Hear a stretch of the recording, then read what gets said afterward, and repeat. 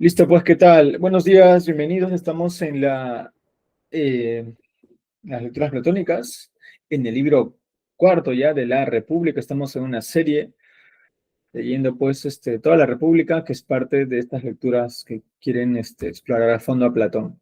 Sí. Bien, en el libro 3 nos quedamos, pues, con este mito, con esta noble mentira que contó Platón, Sócrates, acerca de cómo son compuestos los seres humanos, ¿no? Que venimos de la Tierra y que en la Tierra pues hay elementos, ¿no? Están, por ejemplo, el oro, la plata, el cobre, ¿sí? Oro, plata, hierro y bronce, para ser más exactos, ¿no? Y que el oro pues es de los gobernantes, la plata de los guardias y el hierro, el bronce de los labradores, ¿no? Luego también ve cómo es este mecanismo para que pues estos estratos, ¿no? Si bien están marcados ahí, hay cierta dinamismo entre ellos, porque si pues de los que son de oro nace alguien de cobre, pues este de hierro tiene que bajar, y si de estos de hierro nace alguien de oro, también tiene que subir, en fin. Entonces al final el libro 3 terminó con lo siguiente, que los guardias, es decir, quienes que van a eh, asesorar, o bueno, dirigir, cuidar, mejor dicho, el Estado, tienen muchas restricciones. No van a poseer bienes en privado, su vivienda va a ser pública, no van a necesitar del oro, pues tendrán un pago suficiente para la sobrevivencia, subsistencia, y además no se les permitirá manejar este oro y esta plata terrenales porque va a corromper su propia naturaleza áurea, ¿no? Eh, o, en fin, va a hacer que esto se altere, entonces por eso no deja que ni siquiera toquen el oro o la plata, ¿no? Porque al tener propiedad privada, dice, los va a estropear. Esto lo comenta Sócrates con Glaucón. Y pues ahora en la parte número 4 viene en estas primeras escenas la respuesta que da Dimanto a esto que Sócrates había comentado con Glaucón, ¿sí? Y aquí es donde empezamos. Ya, aquí está. Entonces ahora vamos a ver en tres escenas, la primera mitad del libro número 4. Empezamos de la línea 419A hasta la 424C, ¿sí? Esto toma en promedio unos 13 minutos de lectura, así que comencemos de una vez. Hay que comentar cosas también acá interesantes. Bien, entonces, comienzo pues. Es uno y ya. Entonces Adimanto intervino en la conversación y dijo, ¿De qué modo te defenderías, Sócrates, si alguien afirmara que no haces en absoluto felices a estos hombres y eso por causa de sí mismos? Pues el Estado es en realidad de ellos y sin embargo no disfrutan de ningún bien del país como los gobernantes de otros estados, que poseen campos y construyen casas grandes y bellas a las que proveen de los enseres adecuados y ofrecen a los dioses sacrificios privados, alojan a extranjeros y son propietarios de lo que tú acabas de mencionar, oro y plata, y todos aquellos bienes que consideren que los van a hacer dichosos.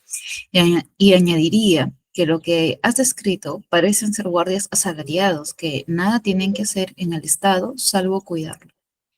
sí, más aún, no trabajarán más que para su sustento sin recibir además de los alimentos un salario como los demás, de manera que ni siquiera se les permite hacer un viaje particular de placer.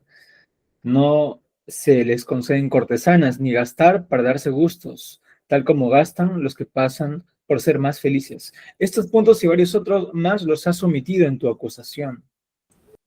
Bien, que figure eso también entre las acusaciones. ¿Y me preguntas cómo me defendería? Sí, Recorriendo el mismo camino que estábamos haciendo, encontraremos, creo, lo que debe responderse.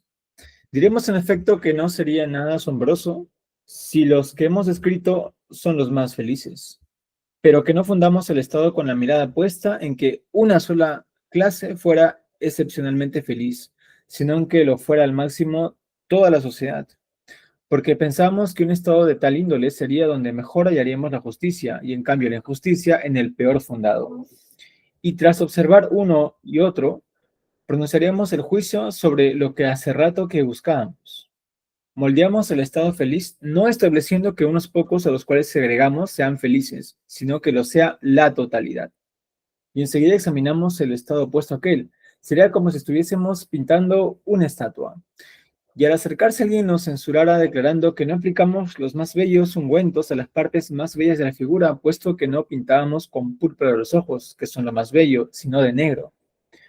En ese caso, pareceríamos defendernos razonablemente si le respondiéramos: asombroso amigo, no pienses que debemos pintar los ojos tan hermosos que no parezcan ojos, y lo mismo con las otras partes del cuerpo. Si no considera, si al aplicar cada una lo adecuado, creamos un conjunto hermoso.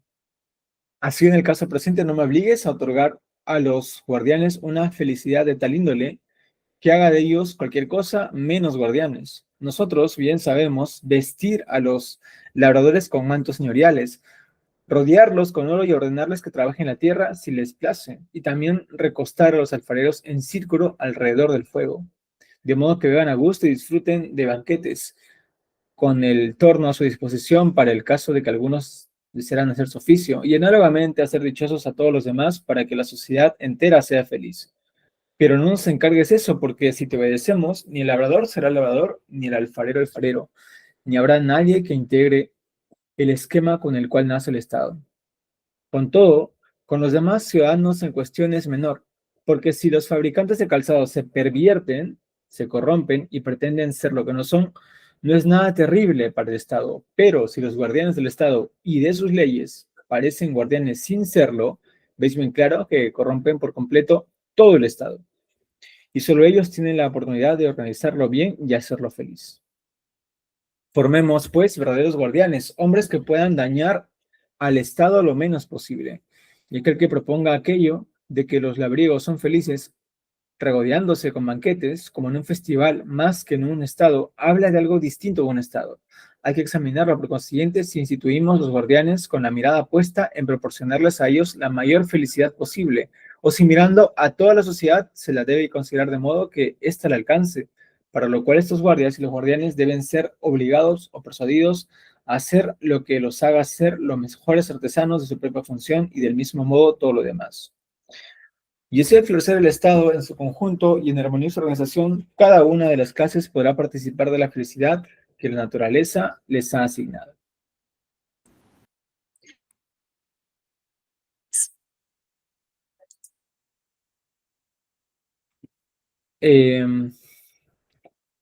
¿Y te parecerá que hablo correctamente en cuanto a otro tema emparentado con este? ¿Cuál otro tema? Considera si estas cosas corrompen a los demás artesanos de modo tal que se perviertan. Pero, ¿cuáles cosas? La riqueza y la pobreza. ¿De qué modo?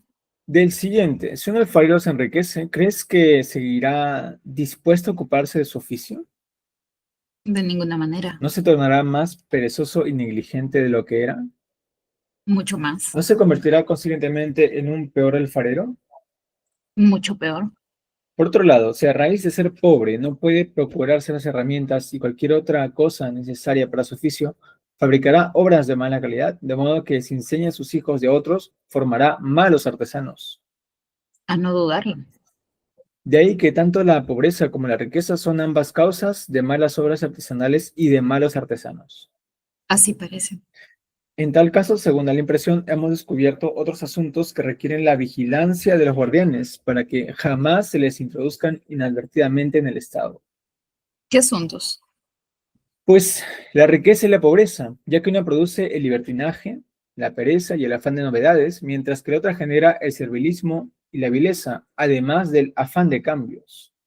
Muy cierto. No obstante, Sócrates examina de qué modo nuestro Estado, si no ha acumulado fortuna, será capaz de hacer la guerra, sobre todo si está forzado a combatir contra otro grande y rico. Evidentemente será más difícil combatir contra un solo Estado, pero si fuera contra dos, sería más fácil. ¿Qué quieres decir? En primer lugar, si hay que luchar, no serán hombres entrenados para la guerra los que luchen contra hombres ricos. Eso sí. Pues bien, Adimanto, ¿no crees que un solo púgil que esté capacitado y preparado lo mejor posible luchará fácilmente contra dos hombres ricos y gordos que no saben boxear? Si no es al mismo tiempo, quizás. Y en el caso de que pudieran retroceder continuamente y dándose la vuelta, golpear al que viene atrás y repitiera eso varias veces bajo el sol y en un ambiente sofocante, ¿No podría entonces ese hombre vencer a muchos como estos? No resultaría sorprendente. ¿Y crees que los ricos poseen mayor conocimiento y experiencia del arte de la guerra que el pugilato? No lo creo. En tal caso, muy probablemente resulte fácil para nuestros hombres entrenados para la guerra combatir contra enemigos que sean el doble o el triple en número que ellos. Estoy de acuerdo, ya que me parece que lo que dices es correcto. Por lo demás, se podría enviar a uno de los dos estados beligerantes una embajada que les dijera la verdad. Nosotros no usamos para nada el oro ni la plata, porque no nos está permitido usarlo, como ustedes. Por tanto, si se alían con nosotros, obtendrán el oro y plata del otro estado. ¿Piensas que quienes escucharan esto elegirían combatir contra perros firmes y flacos antes que junto a los perros contra corderos tiernos y gordos? Pienso que no, pero mira si en el caso de que un solo estado acumule las riquezas de los demás, no surge peligro para el que no ha enriquecido. Eres muy ingenuo si juzgas que merece darse el nombre de Estado a algún otro que aquel que hemos organizado. ¿Por qué? A los demás hay que dominarlos de un modo más amplio, pues cada uno de esos estados no es un estado, sino muchos, como en el juego. Son dos como mínimo, con una enemistad mutua, el estado de los pobres y el de los ricos. Y en cada estado hay muchos estados. Si los tratas como uno solo, te equivocarás de cabo a rabo. Si los tratas como muchos, en cambio, cediendo a unos la fortuna, el poder y la gente misma de los otros, así tendrás siempre muchos aliados y pocos enemigos. Y mientras se administra sabiamente el Estado con el orden descrito, no solo tendrá fama de ser muy grande, sino que será verdaderamente muy grande, aun cuando cuente solo con 1 millar de guerreros. En efecto, no hallarás fácilmente un Estado más grande ni entre los griegos ni entre los bárbaros, aunque muchos puedan parecer muchas veces más grandes que este. ¿Piensas de otro modo? No, por Zeus. En tal caso, nuestros gobernantes cuentan ya con el más acertado límite que deben fijar al tamaño del Estado y el territorio, al cual, de acuerdo con ese tamaño, han de delimitar, renunciando a cualquier otro. ¿Cuál es ese límite? El siguiente, pienso, que el Estado esté en condiciones de crecer en tanto conserve su unidad, pero que no crezca más de allí. Está muy bien. Por tanto, corresponde que los guardianes atiendan esta otra prescripción: vigilar por todos los medios que el Estado no sea pequeño ni grande en apariencia, sino que sea uno y suficiente. Lo que les encargamos es sin duda insignificante. Y más insignificante aún que eso es lo que anteriormente mencionamos cuando dijimos que en caso de que los guardianes, en caso de que los guardianes nazca algún hijo inferior, necesariamente han de enviarlo con los que les sean afines. Y en el caso contrario, si nace de otros uno valioso, enviarlo junto a los guardianes. El propósito de esto es mostrar que también los demás ciudadanos deben encargarse cada uno de la función para la cual está naturalmente dotado. De modo que al ocuparse de lo único que les es adecuado, cada uno llega a ser uno y no múltiple. Así el estado íntegro crece como uno solo y no múltiple. Pues esto es más pequeño aún que lo otro. Sin embargo, mi querido Manto, todas estas prescripciones que les imponemos, por muchas importantes que puedan parecer, son todas de poca monta, que se tiene a la única cosa grande, como se dice, o más bien, en lugar de grande, suficiente: ¿Cuál es? la educación y la instrucción. Pues si los hombres están educados bien, llegarán a ser mesurados y a percibir fácilmente todas estas cosas y otras más que ahora hemos dejado de lado, como la posesión de mujeres, los matrimonios y la procreación de hijos, cosas que, según el proverbio, deben ser todas comunes al máximo posible. Será lo más correcto. Y más aún, una vez que la organización del Estado se pone en movimiento adecuadamente, avanza creciendo como un círculo. En efecto, la crianza y la educación debidamente garantizadas forman buenas naturalezas y a su vez, las buenas naturalezas asistidas por semejante educación se tornan mejores aún que las precedentes en las distintas actividades y también en la procreación, como sucede también con los otros animales. Probablemente. Para decirlo con pocas palabras, esto debe ser inculcado firmemente en quienes deban guardar el Estado de manera que no suceda que inadvertidamente se corrompan. En todo han de vigilar que no se introduzcan innovaciones, gimnasia y música contra lo prescrito, temiendo cuando alguien dice que el canto que los hombres más consideran es el más reciente, que celebrando por los aedos surca el aire. No sea que alguien crea que el poeta no se refiere a canciones nuevas, sino a un modo nuevo de cantar, y elogien eso. No hay que elogiarlo ni siquiera concebirlo, pues hay que ponerse a salvo de un cambio en un nuevo género musical y pensar que así se pone todo en peligro. Porque los modos musicales no son cambiados nunca sin remover las más importantes leyes que rigen el Estado, tal como dice Damón, y yo estoy convencido. Cuéntame a mí también entre los convencidos. ¿Mm? Ok, ¿qué tal? ¿Qué tal? Buen día. Entonces, pues estamos entrando ya a asuntos más específicos, ¿sí? Y la primera pregunta que le hace, pues, una pregunta creo bastante válida, ¿no? Adimanto es, mira, tú estás haciendo a estos seres, pero, ¿no? Bien organizados, pero para nada felices. O sea, en este estado no hay felicidad. ¿Mm? Todo muy estricto, ¿no? Está todo muy ordenado, ¿sí? No disfrutan ellos, ¿no? Del oro, de la plata, como si lo disfrutan otros estados. Entonces, si lo que se busca es ser dichosos, no lo está logrando, pues, con ese estado ideal.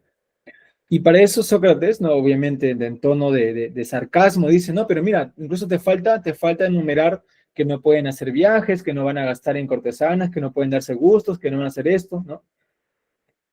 Bueno, ya, además te dice, bueno, Sócrates, ya, en fin, incluso hay muchas más cosas que poder criticarte. Y ahora, ¿cómo te vas a defender de todo esto ¿no? que te decimos? Bueno, él dice, pues, que este estado que ha sido creado, ¿no? No tiene como objetivo que solamente un sector sea feliz, ¿sí? Eso es lo que no se quiere. ¿Mm? Por eso dice, no fundamos estados con la mirada puesta en que una sola clase, un solo etnos, o sea, clase, fuera feliz, sino que lo fuera jolé gepolis, o sea, el máximo de la sociedad, o sea, toda la sociedad. ¿Mm? Este estado ha sido moldeado no para que unos cuantos nada más sean felices, sino para que lo sea toda la sociedad, ¿sí? Entonces, pues no se puede sobreponer el interés de una clase a toda la sociedad. Y ahí pone un ejemplo muy interesante, pone el ejemplo de pintar las estatuas, ¿sí? Y cuando leí esta parte me sorprendí mucho porque, claro, usualmente la mirada común era que las estatuas griegas eran hechas en mármol, ¿no? En mármol, bueno, son hechas en mármol, de hecho, pero sin pintura, o sea, eran simplemente blancas, ¿no? Y eso reflejaba su pureza y todo ello, ¿no? Pero claro, acá Platón claramente está diciendo que ellos pintaban estatuas, y de hecho, las estatuas griegas eran pintadas. Los templos griegos no eran simplemente mármol, ¿no? Estaban pintados, ¿sí? Bueno, ahora ya los historiadores del arte ya aceptan esto, ¿sí? Incluso ya hay muestras, incluso hay reconstrucciones de cómo se vería una estatua pintada. Bueno, en fin, al margen de ese paréntesis, el ejemplo es con eso, ¿no? O sea, ¿qué pasaría si, por ejemplo, un griego está pintando una estatua y alguien le dice, pero espérate, no has hecho los ojos, no has puesto púrpura en los ojos, ¿no? Si no le has puesto el color negro. Claro, ahí el que está pintando, o sea, el escultor pintor, le diría, claro, es que yo quiero que todo el conjunto se vea bello, no solamente que se vean bellos los ojos, sino que en general, ¿sí? Quieren un conjunto hermoso. Entonces, justamente esa es la idea de este Estado. No que sean felices únicamente los gobernantes o sean felices los guardianes o los labradores, ¿no? Que todos en conjunto sean felices, ¿no? Y claro, él dice, pues a mí no cuesta nada que, ¿no? Que los alfareros, en fin, que todos disfruten, ¿no? De la mejor vida, ¿no? Claro, pero si hacen eso, no se van a encargar de sus labores, o sea, se van a corromper, va a haber una distorsión. Pero ya, al margen, si eso ocurre, dice, si eso ocurre, bueno, es una cuestión menor. ¿Mm? Si se pervierten los fabricantes de calzado, si se pervierten ellos, bueno, ya, es una pena, pero no es que el Estado se vaya a derrumbar, pero si se corrompen los que tienen que cuidar al Estado, si los guardianes, que hay que diferenciar, los guardianes no son los militares, sino los guardianes son, en este caso, aquellos que cuidan el Estado, ¿sí? Eso sí sería terrible, ¿sí? Porque si ellos se corrompen, todo el Estado se va a corromper. Y solamente ellos tienen esa capacidad para organizarlo bien y hacer que el Estado en su conjunto sea feliz. Entonces, ya que su labor es súper importante, es supremamente importante, hay que cuidar que la formación de estos guardianes, ¿no? En lo que se pueda, ¿no? Sea la menos dañina para el Estado, ¿sí? Se lo mide así, ¿no? Como qué menos daño puede causar, no qué tanto beneficio, sino qué menos daño, ¿no? Sí. Entonces, pues, esa es la intención. Esa es la intención. Ahora, hablando de esto, descubre también dos cosas que pueden pervertir, además de lo ya mencionado, ¿no? ¿Y cuáles son esas cosas? Pues Plutos y Penía, o sea, la riqueza y la pobreza. Porque claro, si alguien se torna demasiado pues opulento, ¿no? Si se enriquece, pues se vuelve perezoso, dice, ¿no? Y negligente. ¿No? En cambio, si alguien se mantiene en la pobreza, pues va a estar en constante necesidad. ¿No? La riqueza, dice, provoca libertinaje, pereza y afán de novedades. Y la pereza y la pobreza, perdón, que genera, pues genera servilismo, vileza y también afán de novedades, ¿no? Afán de cambios también. Entonces, estos elementos también deben cuidarse mucho. O sea, que no sean ni muy ricos y tampoco sean ni muy pobres, ¿no? Bueno, finalmente, Adimanto comenta, ¿no? Que un estado que no tiene acumulación de riqueza, dice, estará en desventaja frente a otro estado que sea grande y rico, y será difícil luchar contra ese otro estado grande y rico. Y ahí Sócrates le dice, bueno, será difícil luchar contra un estado grande y rico, pero luchar contra dos será más sencillo, ¿no? Entonces, como que no hay lógica acá, porque, claro, o sea, ¿cómo puede ser más sencillo luchar contra dos que contra uno, ¿no? ¿Sí? No tiene lógica. Entonces ahí tiene que explicarlo. Entonces, ¿cómo es eso? Dice, ¿no? Porque el propio Adimanto tampoco entiende. O sea, ¿qué quieres decir? ¿Mm? Bueno, y ahí pone este ejemplo, ¿no? O sea, y el ejemplo es sencillo, ¿no? Si fuera a luchar contra un estado, significa que ese estado es el estado organizado, pero si son luchar contra dos, esos dos ya entre sí ya tienen conflictos, ¿no? Para empezar por ahí, ¿no? Y para empezar con quienes van a luchar, a ver, ¿quiénes lucharían? Dicen, de esos estados. A ver, si son hombres ricos, ellos van a saber más de lucha que los propios boxeadores, los que hacen el pugilato, ¿no? Los guerreros. Obviamente que no. Entonces, un guerrero puede valer como dos o tres hombres ricos y gordos que no se ejercitan, ¿sí? Entonces ahí ya, de por ahí ya hay cierta ventaja. ¿Sí? Y lo otro es, ¿no? Como dice Sócrates, que es muy ingenuo llamar al otro también Estado. Hay que darle otro nombre, otra denominación, porque Estado es únicamente lo que él ha formado, o sea, lo que se ha formado ahí. Lo demás, los demás son comunidades en conflicto. ¿Sí? Como mínimo son dos estados. Como mínimo son estados ricos y pobres, o sea, hay conflicto. ¿Mm? En cambio, en el estado que tenemos nosotros, no hay ese problema. Hay unidad, no hay multiplicidad, ¿sí? Y lo uno le gana a lo múltiple, pues dentro de la lógica platónica, ¿no? ¿Sí? Entonces, justamente debido a que es importante mantener esa unidad, pues el límite del estado va a ser ese, ¿no? Y acá es un límite bien difuso, ¿no? Dice, el estado que esté en condiciones de crecer tanto con conservar su unidad será justamente el que se debe conservar, ¿sí? Entonces no pone un número, ¿no? Dice, ¿hasta dónde debe crecer un estado? Hasta que conserve su unidad, ¿sí? Ahora, claro, leyendo pues a esos científicos sociales actuales, ¿no? Creo que eso conservar la unidad, no sé si puede ser miles, ¿no? Creo que cientos quizás sí, pero miles no lo sé. Porque hay un límite en cuanto a relaciones humanas en colectivo, ¿no? Cuando ya son muchos, ya uno se siente lejos de todos ellos, pero hasta cierto nivel se puede todavía mantener una unidad. Bueno, quizás se refiere a eso. En fin, la meta es que sea uno y que sea suficiente, ¿sí? Y que crezca como uno y que no sea múltiple, ¿no? Porque si es múltiple ya va a haber conflicto interno y eso es lo que no se puede permitir, ¿sí? Bien, entonces ya vamos cerrando y dice pues para finalizar que hay que cuidar entonces al máximo hay que cuidar la instrucción, o sea, la educación, la paideia, ¿no? ¿Sí? Que sean a ser que lleguen a ser bien educados y por lo tanto mesurados. ¿Sí? Esta educación, esa instrucción traerá mesura. ¿Sí? Y claro, hay que tener cuidado desde la crianza, ¿no? Desde que ya son pequeños hasta que lleguen justamente a tener uso de razón, hay que tener cuidado en todo ese proceso, ¿no? Y no permitir que se introduzcan innovaciones, porque recuerden, acá Platón es enemigo de innovaciones, de novedades, ¿no? Ni en gimnasia ni en música, ¿sí? Porque si ahí llegan a haber modificaciones en el tono de la enseñanza musical, por ejemplo, que recuerden no solamente es tocar un instrumento, también es el habla, eso dice removería las leyes que rigen el Estado, o sea, causaría desorden, causaría caos. Y eso es lo que no se puede permitir, ¿sí? Bien, entonces no sé si hasta aquí puede ser alguna consulta por parte de los que están por aquí. Bueno, Natalia. yo tengo un comentario. Justo estaba, a propósito de la tragedia, estaba leyendo a Bernard Ujú, ya, y, ya.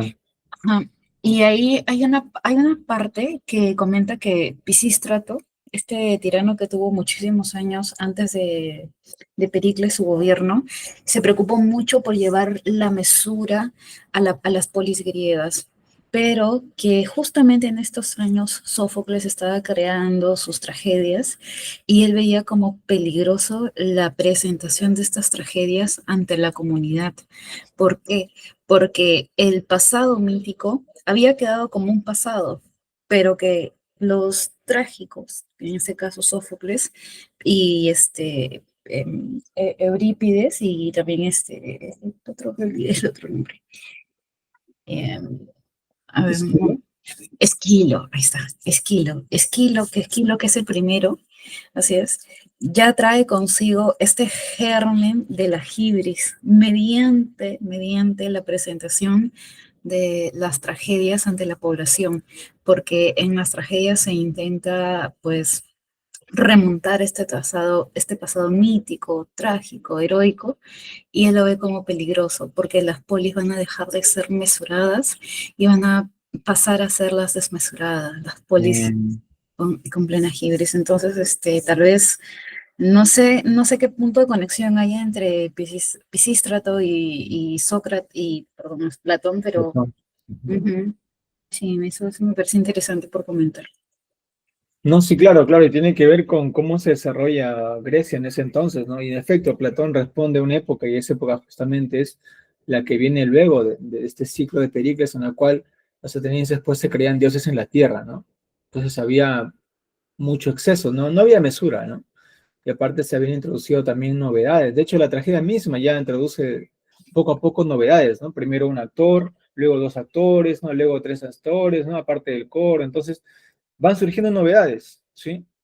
Y la tragedia, claro, impacta directamente, ¿no? En las personas, en el público, ¿no? Genera catarsis y lo demás.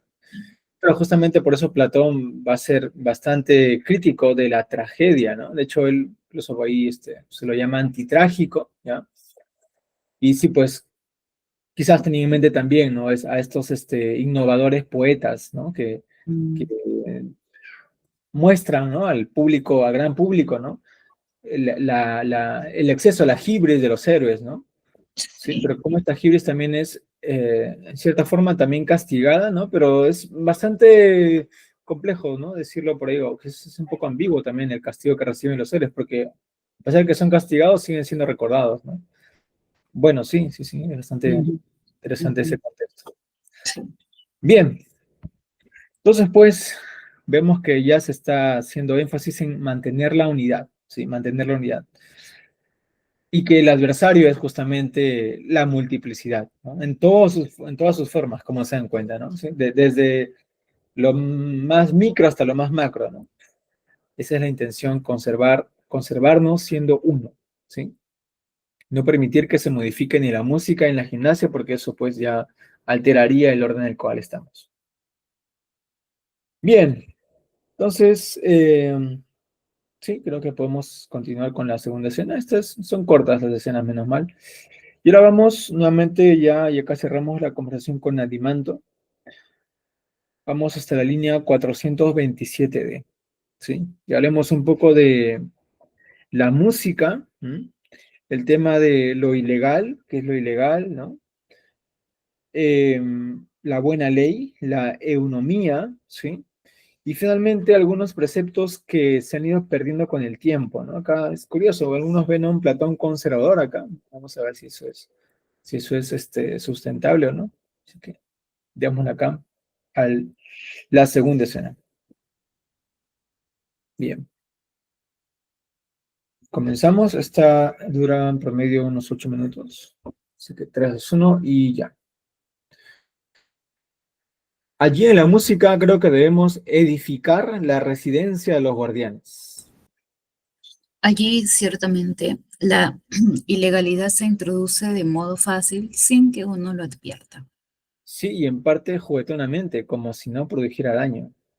Y no lo produce salvo que se deslice poco a poco, instalándose suavemente en las costumbres y en las ocupaciones, de donde crece hasta los contratos que hacen unos hombres con otros, y desde los contratos avanza hacia las leyes y la organización del Estado, Sócrates, con la mayor desfachatez hasta que termina por trastocar todo, tanto la vida privada como en la pública. Bien, ¿y eso sucede así? A mi modo de ver, sí. En tal caso, como hemos dicho desde el principio, debemos promover de juegos sujetos a normas a nuestros niños, puesto que si el juego se desenvuelve sin normas y los niños también, será imposible que de estos crezcan hombres esforzados y con afecto por el orden. Claro que sí. Por consiguiente, cuando los niños comienzan debidamente, gracias a la música, introducen en sus juegos un afecto por el orden. Y el contrario de lo que acontecía con nosotros a lo que lo digamos, ese afecto por el orden nos acompañará a todas partes y ayudará a crecer y a restablecer lo que quedaba del estado anterior. Es verdad, sin duda alguna. Entonces, estos hombres descubrirán preceptos que, tenidos por pequeñeces, sus predecesores habían dejado completamente de lado. ¿Cuáles? Estos, que los más jóvenes callen frente a los más ancianos cuando corresponde, les sean el asiento y permanezcan ellos de pie, el cuidado de sus padres, el pelo bien cortado, y lo mismo la ropa, el calzado y el porte del cuerpo en su conjunto, etcétera. ¿No crees? Sí, por cierto. Pero pienso que sería ingenuo legislar sobre estas cosas. En ninguna parte se hace, y si fueran legisladas, ni la palabra escrita ni la oral las harían perdurar. No hay modo. Probablemente suceda, Dimanto, que según hacia donde uno se dirija, partiendo de la educación, de ese modo sea lo que venga después, o no atrae siempre lo semejante, Así es. y podríamos decir que al término de ese proceso, el resultado será algo completo y vigoroso, ya sea bueno, ya lo contrario. No cabe otra alternativa. Por ese motivo, no me abocaría a la tarea de legislar sobre ese tipo de cosas. Lo que dices es razonable. En cuanto a los asuntos que se tratan en el ágora, ya sea respecto a los contratos que allí hacen unos con otros, o si tú prefieres acerca de los contratos con artesanos, o a las injurias, asaltos y demandas judiciales, elección de jueces y donde sea el caso, pagos y exacciones que sean necesarios, y en general derechos de compra-venta en el mercado, o bien en lo que toca a la vigilancia en las calles de los puestos, etcétera. Dime por los dioses, ¿nos atreveremos a legislar sobre asuntos de tal índole? No sería digno aplicar tales prescripciones a la gente honesta, pues ésta por sí misma descubrirá fácilmente la mayoría de las cosas sobre las que conviene legislar, Sí, amigo mío, siempre que Dios les permita preservar las leyes que anteriormente hemos escrito. a no ser que se pasen la vida instituyendo y enmendando la cantidad de cuestiones a que nos hemos referido, convencidos de que así alcanzarán la perfección. ¿Quieres decir que los que obren así vivirán como los enfermos que por su intemperancia no quieren abandonar un régimen prejudicial? Precisamente. Y por cierto, pasan una vida encantadora. En efecto, aunque se someten a un tratamiento médico, no logran ningún resultado, como no sea el de que sus enfermedades tomen mayores proporciones y complicaciones, siempre con la esperanza de que si se les receta un remedio, gracias a este sanarán. Así le sucede a tales enfermos por lo común. Hay además otra cosa encantadora en ellos. Consideran como el más odioso de todos los hombres al que les diga la verdad. A saber, que si no dejan de embriagarse, comer hasta el hartazgo y entregarse desenfrenadamente a los placeres sexuales y al ocio, no habrá remedios ni cauterizaciones ni cortes, como tampoco hechizos ni amuletos ni ninguna otra cosa similar que los socorra. No es tan encantadora, pues enojarse contra el que habla bien no tiene encanto alguno. Parece que no eres admirador de los hombres de esa índole. No, por Zeus. En ese caso tampoco elogiarás el estado entero, al estado entero, del que hablábamos hace un momento, si obra de un modo semejante, porque sin duda has de pensar que obran de la misma manera que aquellos los estados que, aún funcionando mal como tales, prohíben a sus ciudadanos cambiar algo en la constitución política y que sufran la pena de muerte a aquel que lo intente. Y que por el contrario, quien sirva con sumo placer a los que gobiernan, adorándolos con obsequios, y sea hábil para enterarse de sus deseos y luego satisfacerlos, les parecerá un hombre excelente y sabio en cuestiones importantes y recibirá honras por parte de ellos. También yo creo que esos estados obran igual que los hombres que antes describiste y tampoco los admiraré. Y en lo que toca a quienes están dispuestos a servir a tales estados ansiosos por hacerlo, ¿no admira su valentía y su reflexiva complacencia? Sí, los admiro, excepto en los casos en que ellos mismos se engañan y creen que, porque muchos los elogian, son verdaderos estadistas. No te entiendo. ¿No vas a disculpar a esos hombres? Imagínate un hombre que no sabe medirse y al que muchos otros, que tampoco lo saben, le dicen que tiene 4 codos de estatura. ¿Te parece que por sí solo dejará de creerlo? No, no creo que deje de creerlo. Pues entonces no te enojes con tal tipo de gente, ya que es la más encantadora de toda.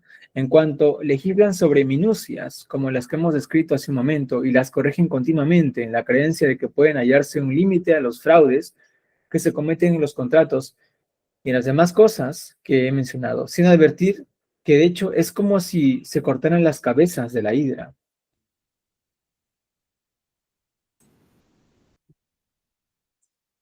En otra Por eso cosa. mismo, yo no pensaría que el verdadero legislador debiera ocuparse de leyes o de una organización política de semejante especie, ni en un Estado bien gobernado, ni en uno mal gobernado.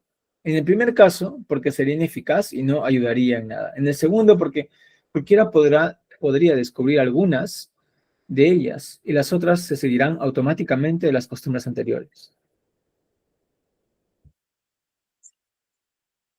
Entonces, nos resta aún algo concerniente A a la nosotros no legislación. nos resta nada, pero a Apolo, dios de Delfos, corresponden las primeras ordenanzas, las más importantes y bellas.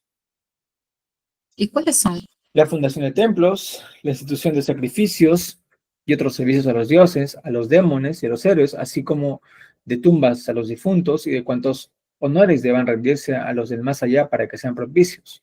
De tales cosas no sabemos nada al fundar el Estado, ni nos dejaremos persuadir por otros, sino que no nos serviremos de otro exégeta que el paterno.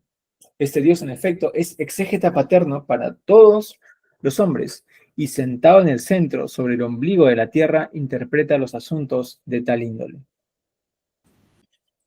Muy bien dicho. Así debe obrarse. Pues bien, hijo de Aristón, ya tienes fundado el Estado.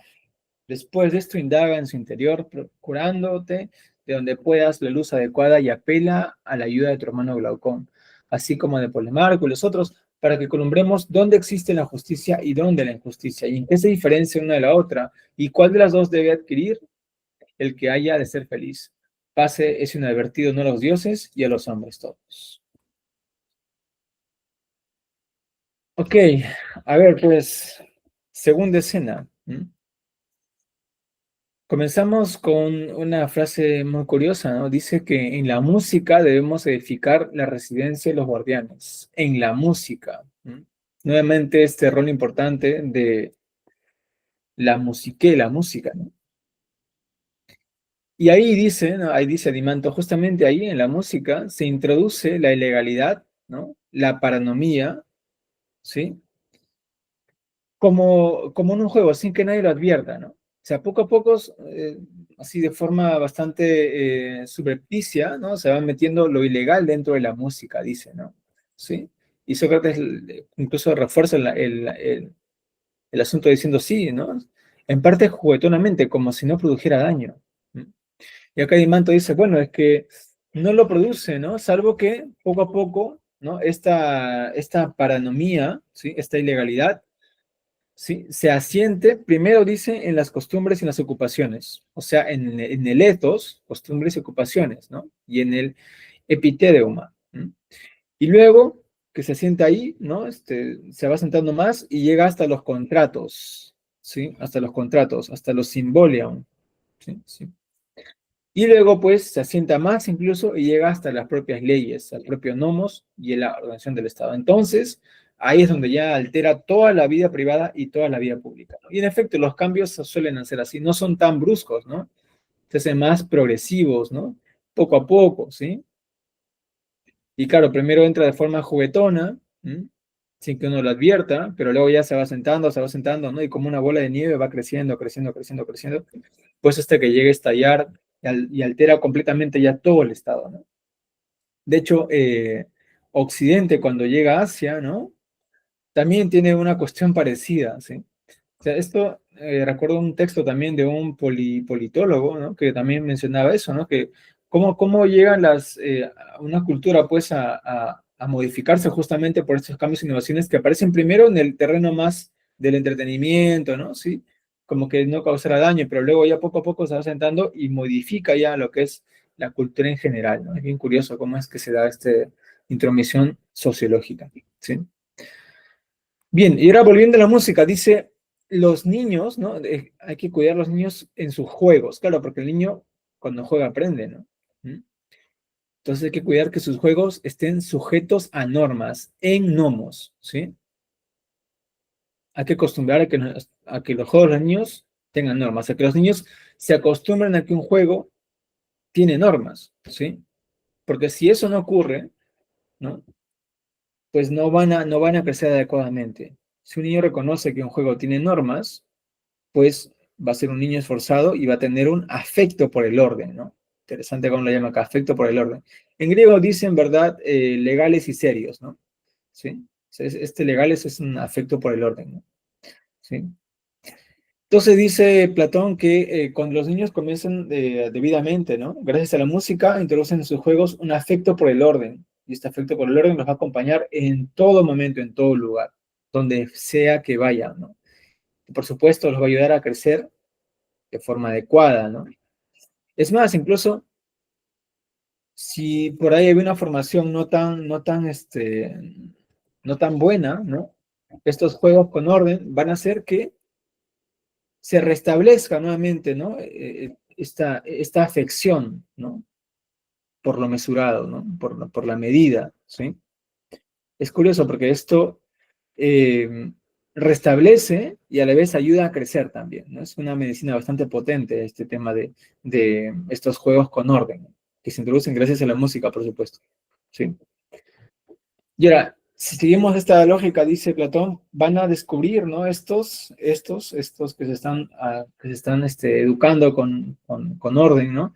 Preceptos, dice que los antiguos habían tenido por cosas mínimas, ¿no? Que los próteros, o sea, que los antiguos habían como que de una forma despreciado o no le habían dado la importancia necesaria, ¿sí? ¿Y cuáles son esos preceptos que van a descubrir? Que habían sido pasados por alto, ¿no? Bueno, que hay que respetar a los mayores, ¿no? Hay que respetar a los mayores, dice, que hay que cuidar a los padres, ¿sí? Y hay que tener buenas costumbres, ¿no? Claro, buenas costumbres se entiende por el pelo bien cortado, ¿no? La ropa, el calzado, el porte, ¿sí? Curioso, ¿no? O sea, esto se había olvidado, ¿no? Claro, en tiempos pues donde hay mucha hibris, sí, pues el orden se pervierte, entonces Platón quiere que se vuelva a ese orden, ¿no? Quiere que se vuelva a ese orden y que se fije ese orden sobre el cual se está volviendo, ¿sí? Ahora, pero también no es tan ingenuo porque él dice, mira, pero legislar sobre estas cosas, o sea, sobre ¿no? las normas de convivencia en general que tenemos, ¿sí? Eh, Sería muy ingenuo, ¿no? Sería muy ingenuo que legislar sobre esto. Ninguna constitución va a modificar nuestras costumbres, ¿sí? Ni palabra oral ni palabra escrita, ¿sí? Eso no se modifica de esa forma, ¿sí? Entonces, nuevamente volvemos al tema de la educación, porque claro, una persona bien educada va a tener nuevamente, ¿no? Eh, una predisposición al orden y eso va a hacer que toda su vida se configure, porque también hay otra ley acá, que lo semejante atrae lo semejante, ¿no? Creo que eso también lo hemos escuchado ahí en los respectivos refranes que tenemos en nuestros países, ¿no? ¿Sí? Dime con quién andas, te diré quién eres. Claro, lo semejante, tomoyon, atrae a lo semejante, ¿sí? Entonces, si uno de por sí ya tiene cierto orden, pues va a traer pues también lo mismo hacia él. Pero si uno es desordenado, va a traer también el desorden a su vida, ¿sí? Bien. Luego sigue diciendo que es algo sin importancia legislar, pues, este tema de contratos, ¿no? Compra y venta en el mercado. Curiosamente, porque ahora más bien sí hay legislación sobre esto, ¿no? O sea, nuestra constitución actual sí se legisla sobre qué tipo de comercio vamos a tener, ¿no? Por las leyes del mercado también, o sea, todo eso está dentro de lo legal, ¿no? Pero para ellos era tan obvio que ni siquiera necesitaba ser legislado, porque ya de por sí las propias personas se darían cuenta, ¿no? Qué conviene y qué no conviene, pero claro, actualmente eso ya no es así. Ahora sí es necesario legislar sobre lo que ocurre en el mercado, ¿no? Las leyes del comercio. Eso es muy distinto a nuestra época. Ahora sí es necesario, ahora sí es importante, ahora si no, pues, no habría una competencia leal, y en fin, ¿no? Es un asunto que ya ven los economistas. ¿Bien? Y claro, ya estos que creen que se puede legislar sobre este régimen de vida, los llama encantadores, ¿no? ¿Sí? Jarietos. Y claro, lo está diciendo con mucho sarcasmo, ¿no? Dice, son gente encantadora. ¿No te parece gente encantadora a ti, Dimanto? Incluso le pregunta, ¿no? Y Dimanto dice, pues no, ¿cómo va a parecer gente encantadora? Aquellos que, en primer lugar, son muy ingenuos y en segundo lugar, ¿no? Quienes le dicen la verdad, pues, le tienen odio, ¿no? O sea, ¿cómo puede ser gente encantadora alguien así? ¿no? Sócrates le dice, bueno, parece que no te gusta ese tipo de gente. Dice, no, bueno, entonces tampoco te gustará el Estado que sea un Estado lleno de ese tipo de gente. Bien, y finalmente le dice, pues, que no se enoje con ellos porque en pocas palabras son ignorantes, ¿sí? Son ignorantes. Por eso, o sea, no te enojes con esta gente encantadora, justamente es encantadora porque es muy ingenua, ¿no? Muy ignorante, ¿sí? Ahora, ¿lo está diciendo con sorna? Pues por supuesto que sí, ¿no? Pero de una forma también se le da la razón a Guimanto, porque claro, sea, causan mal, pues, ¿no? Causan mal. Entonces, tampoco es que sean tan encantadores como dice Sócrates, ¿no? Hace una referencia a Hidra, ¿no? Este famoso monstruo mitológico, ¿no? Que en su enfrentamiento con Hércules, ¿no? Se le corta una cabeza, pero no muere, ¿no? Se le crecen dos más y así, ¿no? O sea, eh, es, eso es querer legislar sobre estos temas, ¿no? Sí. Y es una tarea vana al final. ¿no? Y finalmente terminamos haciendo referencia pues a Apolo, ¿no? El dios de Delfos, el cual va a legislar sobre lo más importante y lo más bello, es decir, los templos, todo lo que tiene que ver con lo sacro y lo sagrado, ¿no? Fundación de templos, sacrificios, ¿no? Los honores que se hacen a los dioses, a los demones, ¿no? Acá, bueno, dice demonios, pero claro, en la cultura griega pues son demones, ¿no?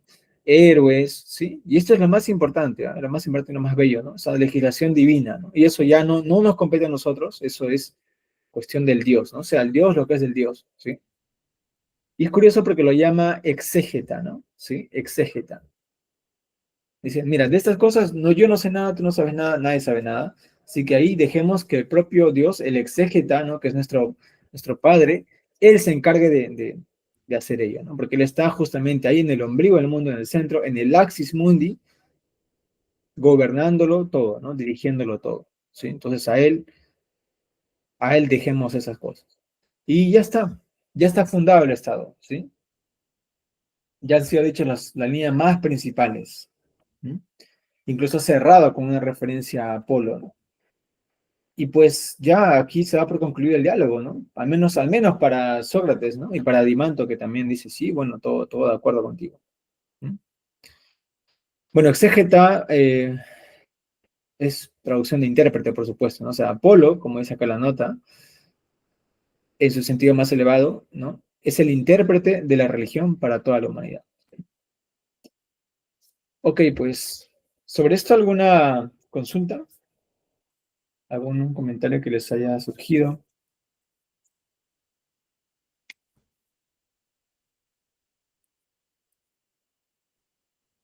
Me parece interesante esto de que se descubrirá, ¿no? Las antiguas costumbres, ¿no? Sí, pues los que se educan en orden a veces, sí, tienen este descubrimiento, ¿no? De cosas que han estado siempre ahí, pero que no han sido puestas en práctica, ¿sí? Ok, bien, entonces creo que vamos cerrando ya con la escena número 3 y aquí ya Adimanto lo dejamos por un momento y va a empezar una larga conversación con Glaucón. Aquí cerramos ya con esta tercera sesión, esta primera sesión, al libro 4. Y en la segunda sesión dedicada al libro 4, toda la conversación es puro Glaucón, es Sócrates con Glaucón. Así que Glaucón acá vamos a verlo pues hasta el final, ¿sí? Y comenzamos con la línea 427E y terminamos en la 430D, ¿sí? Es el diálogo de Sócrates con Glaucón. Aquí se van a mencionar a las 4 virtudes cardinales, ¿no? Curiosamente, que también las toma el cristianismo. Acá se van a comentar de la sabiduría, la valentía, la moderación y la justicia, y vamos a tocar las dos primeras. Ya las dos últimas las tocamos de aquí cuando nos volvemos a encontrar y luego seguimos con el diálogo. Bien, entonces, esperemos que por ahí esté lista ya Glaucón. Vamos sin prisa, ¿sí? Y comenzamos. Esta lectura toma en promedio unos 8 minutos también. En 3, 2, 1 y ya. Nada de eso. Te has comprometido a indagarlo tú, con el argumento de que sería sacrílego no acudir en defensa de la justicia por todos los medios que te fuera posible. Es cierto lo que me recuerdas, de modo que así tendré que actuar, pero necesito que colabores conmigo. De acuerdo. Espero descubrirlo de esta manera. Pienso que si nuestro Estado ha sido fundado correctamente, es por completo bueno. Es forzoso que así sea. Evidentemente, pues es sabio, valiente, moderado y justo. Evidentemente. Ahora bien, si descubrimos en el Estado alguna de estas cosas, lo que reste será lo que no hemos encontrado. Así es. Por ejemplo, si de 4 cosas cualquiera, en el asunto que fuere, buscáramos una sola y sucediese que en primer lugar reconociéramos esa, sería suficiente para nosotros. En cambio, si en primer lugar reconociéramos las otras 3, con esto mismo ya reconoceríamos la que buscábamos, puesto que es patente que no sería otra que la que aún quedara. Lo que dices es correcto. En tal caso, respecto de aquellas cualidades, ya que también son 4, debemos indagar del mismo modo. Bien está. Me parece, pues, que lo primero que se ve claro en ese asunto es la sabiduría, aunque en lo tocante a ella se ve algo extraño. ¿Cómo es eso? Verdaderamente sabio me parece el estado que hemos descrito, pues es prudente. Sí, Y esto mismo, la prudencia, es evidentemente un conocimiento, ya que en ningún caso se obra prudentemente por ignorancia, sino por conocimiento. es evidente. Pero en el estado hay múltiples variedades de conocimiento. Claro. En este caso, ¿será por causa del conocimiento de los carpinteros que ha de decirse que el estado es sabio y prudente? De ningún modo. Por ese conocimiento se dirá solo que es hábil en carpintería. Tampoco deberá llamarse sabio el estado debido al conocimiento relativo a los muebles de madera, si delibera sobre cómo hacerlos lo mejor posible, No, por cierto. ni por el conocimiento relativo a los objetos que se hacen con bronce, ni por ningún otro de esa índole. En ningún caso.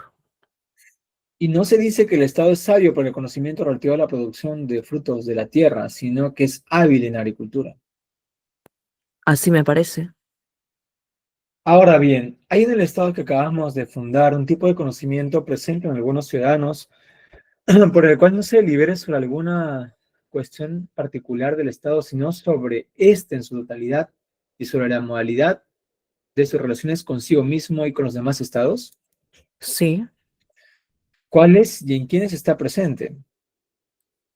Es el conocimiento apropiado para la vigilancia y está presente en aquellos gobernantes a los que hemos denominado guardianes perfectos, Y en virtud de ese conocimiento, ¿qué dirás del estado? que es prudente y verdaderamente sabio. ¿Crees que en nuestro estado habrá mayor cantidad de trabajadores del bronce o de estos verdaderos guardianes? Muchos más trabajadores del bronce, ¿Y no serán estos guardianes muchos menos en número si los comparas con todos aquellos otros que reciben el nombre de acuerdo con los conocimientos que poseen? muchos menos. En este caso, gracias al grupo humano más pequeño, que es la parte del mismo que está al frente y gobierna, un Estado conforme a la naturaleza ha de ser sabio en su totalidad. Y de este modo, según parece, el sector más pequeño por naturaleza le corresponde el único de estos tipos de conocimiento que merece ser denominado sabiduría. Dices la verdad. He aquí que hemos descubierto, no sé de qué modo, una de las 4 cualidades que buscábamos, así como el puesto en que el Estado le corresponde, que en el Estado le corresponde. Y a mi modo de ver, ha sido descubierto satisfactoriamente. En cuanto a la valentía y el lugar que tiene en el Estado, por cuya causa el Estado debe ser llamado valiente, no es muy difícil percibirla. ¿De qué modo? ¿Acaso alguien diría que un Estado es cobarde o valiente después de haber contemplado otra cosa que aquella parte suya que combate y marcha a la guerra por su causa? No, solo mirando a ella. Por eso creo que, aunque los demás ciudadanos sean cobardes o valientes, no depende de ellos el que el Estado posea una cualidad o la otra. Yo también lo creo. En tal caso, un Estado es valiente gracias a una parte de sí mismo, porque con esta parte tiene la posibilidad de conservar en toda circunstancia la opinión acerca de las cosas temibles, que han de ser las mismas, y tal cual el legislador ha dispuesto en su programa educativo. ¿No llamas a esto valentía? No te he comprendido del todo, dímelo de nuevo. Quiero decir que la valentía es, en cierto modo, conservación. ¿Qué clase de conservación? La conservación de la opinión engendrada por la ley, por medio de la educación, acerca de cuáles y cómo son las cosas temibles. Y he dicho que ella era conservación en toda circunstancia, en el sentido de que quien es valiente ha de mantenerla y no expulsarla del alma nunca, tanto en los placeres y deseos como en los temores. Y estoy dispuesto a representar lo que pienso por medio de una comparación, si quieres. Claro que quiero. Tú sabes que los tintoreros, cuando quieren teñir de color púrpura la lana, la escogen primeramente de la que entre los diversos colores es de una sola sustancia, blanca. Después la preparan tratándola con mucho cuidado, de modo que adquiera el tono púrpura más brillantemente posible, y solo entonces la sumergen en la tintura. Y lo que es teñido de esta manera queda con un color fijo, y el lavado con jabón o sin él no puede hacer desaparecer el brillo del color. ¿Sabes también lo que sucede si se tiñen lanas de otros colores e incluso lanas blancas si no se les da este tratamiento previo? Sé que quedan desteñidas y ridículas. Supone entonces que algo semejante hacemos en lo posible también nosotros, cuando hemos seleccionado a los militares y los hemos educado por medio de la música y de la gimnasia. Piensa que no tenemos otro propósito que el de que adquieran lo mejor posible al seguir nuestras leyes, una especie de tintura que sea gracias a ellos, que sea para ellos, gracias a haber recibido la naturaleza y creencias apropiadas, una opinión indeleble acerca de lo que hay que temer y de las demás cosas, de manera tal que esa tintura resista a aquellas lejías que podrían borrarla. Por ejemplo, el placer, que es el más poderoso para lograrlo, que cualquiera soda calistrana, o bien el dolor, el miedo y el deseo, que pueden más que cualquier otro jabón. Pues bien, al poder de conservación en toda circunstancia de la opinión correcta y legítima lo considero valentía. Y he sido de dominio si no lo objetas. Nada tengo que objetar, pues creo que no considerarás legítima la opinión correcta acerca de tales cosas producidas sin educación, como la del animal o la del esclavo, e incluso la llamarás con otro nombre que valentía. Dices la pura verdad. Admito, pues, que valentía es lo que así has denominado. Y si admites además que es propia del Estado, lo harás correctamente. Pero en otro momento, si quieres, trataremos con mayor corrección lo tocante a ella. Ahora, en efecto, no es esto lo que indagamos, sino la justicia. Y respecto a nuestra indagación sobre la valentía, creo que es suficiente lo alcanzado. Estoy de acuerdo con lo que dices. Pues bien, restan todavía 2 cosas que debemos observar en el Estado. Una, la moderación, y la otra es aquella con vistas a la cual estamos indagando todo. Muy verdad. La justicia. Ok, ok, bien, estamos llegando al final. Entonces, pues, se señalaron 4 virtudes cardinales, ¿no? La Sofía, la Andreia, la Sofrón, el Sofrón, ¿no? Y finalmente la Dicaya, es decir, sabiduría, valentía, moderación y justicia. Ahora, el método que tiene para analizar es bastante curioso, porque, claro, él dice, estamos buscando estas 4, ¿no? Si encontramos una de ellas, ¿sí? Si encontramos solamente una de ellas, ya podemos esperar lo que viene, ¿no? ¿Sí? Es un método bien matemático de investigación, este, pero también bastante retórico, porque obviamente está que organiza su discurso según pues este orden, ¿no? Sabiduría, valentía, moderación y justicia, ¿sí? Bien, entonces empezamos con la sabiduría. A ver, ¿con qué relacionamos la sabiduría? Con la prudencia, ¿no? Con el eubolos, dice, ¿no? Un verdadero estado sabio es un estado prudente, ¿no? Eubolea, ¿no? ¿Sí? Es sabio porque es prudente, en pocas palabras, ¿sí? Y ahora, ¿qué significa prudencia? Bueno, prudencia significa conocimiento, episteme, ¿sí? Pero hay muchos tipos de conocimiento, ¿no? ¿Qué conocimiento es del que estamos hablando? ¿Conocimiento de los carpinteros? ¿Conocimiento de los agricultores? No, ninguno de esos. Estamos hablando del conocimiento que justamente da fundamento al Estado, ¿no? ¿Y ese en quiénes está? Está pues en los vigilantes. Estamos hablando del conocimiento apropiado para la vigilancia, para la filaquique, ¿no? Filaquique lo llama acá, ¿sí? Para los filactes, pues. Entonces, el conocimiento de ellos. Ahora, pero hay una peculiaridad. Estos siempre van a ser pocos, ¿m? Siempre van a ser pocos, ¿sí? Siempre van a ser muchos menos que todos los demás. Acá hace un elogio justamente a los selectos que es, ¿no? Un grupo pequeño. Siempre van a ser más pequeños, siempre van a ser unos pocos nada más. Nunca, nunca son la mayoría, ¿sí? Pero a este sector pequeño le corresponde, ¿no? Le corresponde justamente que todo esto siga, ¿sí? A ese sector pequeño, muy pequeño, ¿no? Acá es, o sea, justamente es micrótato, ¿no? O sea, no es pequeño, es muy pequeño, ¿no? A este pequeño, el sector reducido, ¿sí? Le corresponde esta virtud de la sabiduría, ¿sí? O sea, no porque el hecho de que haya más es que no va a haber más sabios, no, más bien, si faltan guardianes y se queda uno, pues ahí ya se complica la situación. Bueno, pasando ya por la sabiduría de forma muy, muy rápida, vamos a la valentía, ¿no? Y acá, claro, dice algo que el propio Glaucón no comprende, ¿no? ¿Cómo es esto de que la valentía significa eh, conservación, ¿no? Porque eso ya llama a Sócrates Platón a la sabiduría, la llama conservación, ¿sí? ¿Qué clase de conservación? Dice, ¿no? Sotería, de hecho, es en griego. ¿Mm? Bueno, dice, ¿qué conservan los valientes? Bueno, conservan la opinión que es engendrada por la ley por medio de la educación, ¿sí? O sea, es conservación del aprendizaje que se tiene. A eso lo llama valentía, ¿sí? Y ahí pone el símil, un símil muy importante que vamos a encontrarlo también en los propios estoicos, ¿no? ¿Sí? Los estoicos decían que hay que teñir el alma del color de los pensamientos. Bueno, acá se habla de cómo se teñían, bueno, se siguen teñiendo las telas, ¿no? ¿Sí? Primero se le pone una base, se la prepara, ¿m? Y luego recién se pone el color.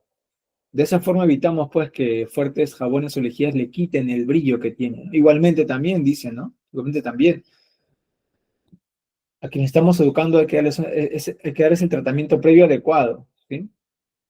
Acá pone el ejemplo de los militares, ¿no?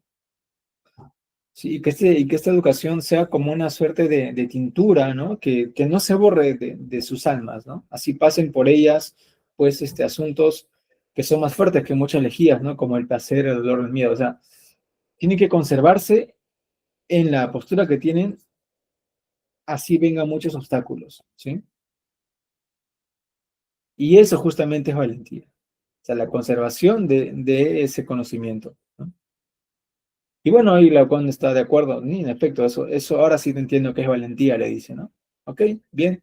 Entonces ya indagamos las dos primeras, sabiduría, que lo relacionamos con el euboleo, o sea, con el conocimiento prudente, ¿no? Con la prudencia, ¿sí? Que es conocimiento de pocos. Ya tenemos a la valentía, que parece más, ¿no? El tema de los militares, ¿no? De los militares. Y bueno, faltan todavía indagar dos más, ¿no? Nos quedamos todavía con la moderación y con la justicia. Y pues hasta aquí tenemos nuestra primera mitad de este libro número 4 de la República. No sé si por ahí hay algún comentario que quieran hacer antes de despedirnos ya. Estamos indagando, pues, virtudes cardinales, ¿no? ¿Sí? Como nos damos cuenta, cada una corresponde a cierto estrato del Estado, ¿no? ¿Sí? Sabiduría para los guardianes, valentía para los militares, y bueno, quizás por ahí moderación tenga que ver para los artesanos, y quizás la justicia tenga que ver con algo más estructural, ¿no? Ya veremos cómo llegamos a esos temas en las siguientes sesiones, ¿sí?